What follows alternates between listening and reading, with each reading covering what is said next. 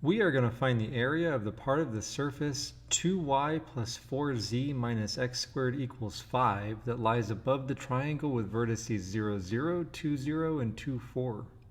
The implication is that the triangle with these vertices is in the xy plane, and it represents the region D. The surface, the area of which we are trying to find, is given by the equation. We're going to solve that equation for z and let it be represented by f of xy. And that's going to be 1/4 times the quantity of x squared minus 2y plus 5. As for the region D, it's going to be used to give us our limits of integration. So we're going to draw a quick sketch of it. I decided at the last minute to go ahead and put it on a grid.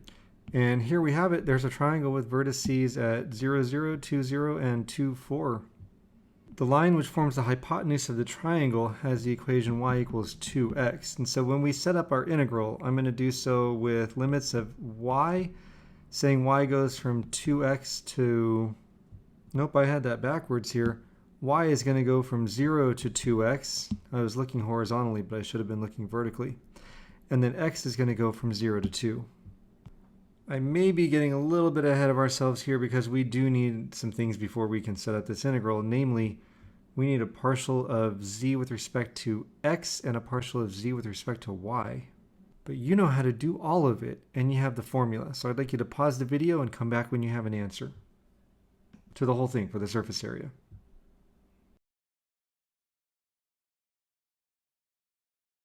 Well, the partial of f with respect to x is 1/2 x. The partial of f with respect to y is negative 1/2. Squaring those, adding them together, adding 1 and putting them inside of a square root is going to give us 1/4 x squared plus 1/4 plus 1 all inside of a square root. That will simplify, and we can actually pull out a factor of 1/2. So we have 1/2 times the square root of x squared plus 5. That is our integrand. We already decided that we're evaluating the integral as x goes from 0 to 2 and y goes from 0 to 2x. So we have the area of the surface is equal to the integral from 0 to 2 of the integral from 0 to 2x of 1/2 times the square root of x squared plus 5. dy dx is the order of integration we chose when we said that y had a variable upper limit of integration. Integrating with respect to y is going to give us a factor of y. Evaluating that at 2x and then at 0 is going to give us, well, 2x and then 0. 2x is going to hit the 1/2. We end up with the integral from 0 to 2 of x times the square root of x squared plus 5 dx.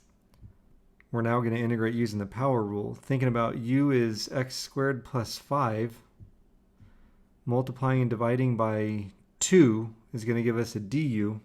So that's where this 1/2 is coming from. Our result is 1/2 times 2/3 times the quantity of x squared plus 5 to the 3/2 evaluated from 0 to 2.